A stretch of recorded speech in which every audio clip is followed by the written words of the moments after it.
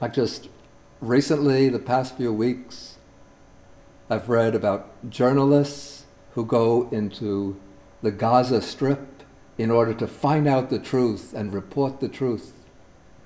They're exposing themselves to, they're putting themselves in very dangerous situations, exposing themselves to dangerous suffering. They could be easily bombed, easily shot. So they put themselves at extreme risk in order to be able to report the truth to the world, in order to help others. Well, we read about the Doctors Without Borders, who will go right into the center of these violent conflicts, say in the Congo, in Darfur, in Iraq. If they want to live comfortably, well, they're well-qualified doctors. They could just be working in the hospitals in European or countries in America, making a good income. But out of their desire to help others, they're ready to put themselves in positions of extreme suffering. And even though they're in those positions of extreme suffering, because their intention is to help others, they don't feel that suffering to be a threat to their well-being. They have some faith, some confidence, some trust that no matter how much pain they expose themselves to, that there's some force that's not going to protect them, but that will justify the action that they've taken, that will justify morally and spiritually the choice they've made. And so everybody also involved now in this Buddhist global relief, if you didn't have any motivation, you could just back off very easily. You wouldn't be taking extra work upon yourself, an extra burden. But somehow you get stirred by this desire to alleviate the hunger of others, to alleviate the poverty of others. And then this inspires you to use your spare time, your free time, to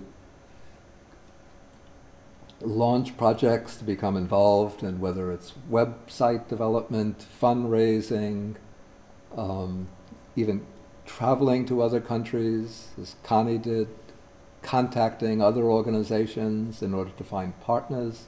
All of this takes a lot of work, a lot of commitment, but this is done not because we seek our ease and comfort, but because we want to alleviate the suffering of others and to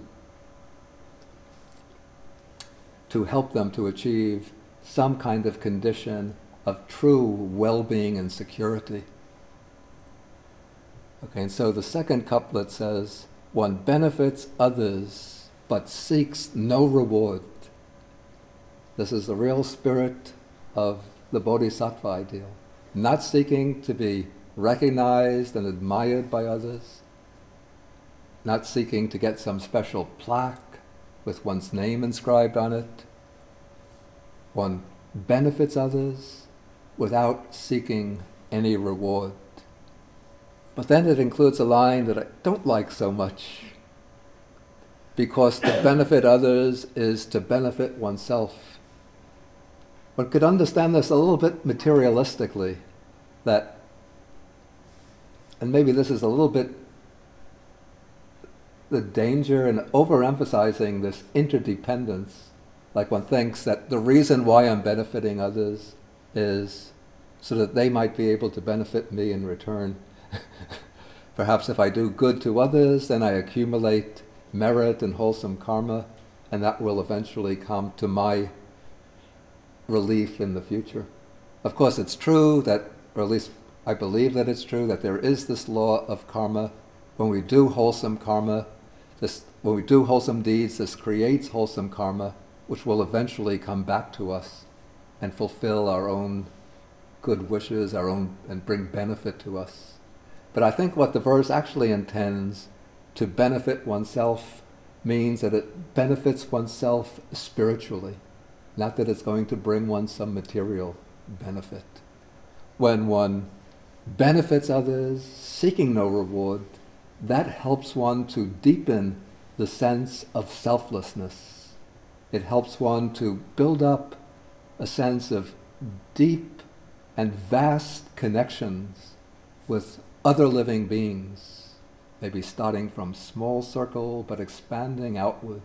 And as the sense of connection starts to expand, then it brings a deep reward of joy, happiness, fulfillment, a sense that one has lived with real purpose and meaning in one's life. Okay, liberated in mind by a supreme liberation. Okay, the verses are actually describing, within the technical framework, the state of a bodhisattva who has reached what is called the plane of seeing, the plane of vision. That is, this is one who has seen into the truth of the Dhamma. He's not yet come to the end of the path. He's still practicing in order to advance along the stages. But he's reached the plane of vision, the stage of vision, where he's seen into the truth of the Buddha's teaching, seen into the selfless nature of phenomena. And so he's not reached final liberation, but he's liberated in mind by a supreme liberation, by seeing into the truth of the teaching. And by seeing into the truth, he now enters onto what is called the stage of cultivation, the stage of development, where he develops all of the factors of the path to advance on to the full enlightenment of Buddhahood. And so, liberated in mind by a supreme liberation, but then the paradoxical second line, one is yet bound to others by a firm and vast bond.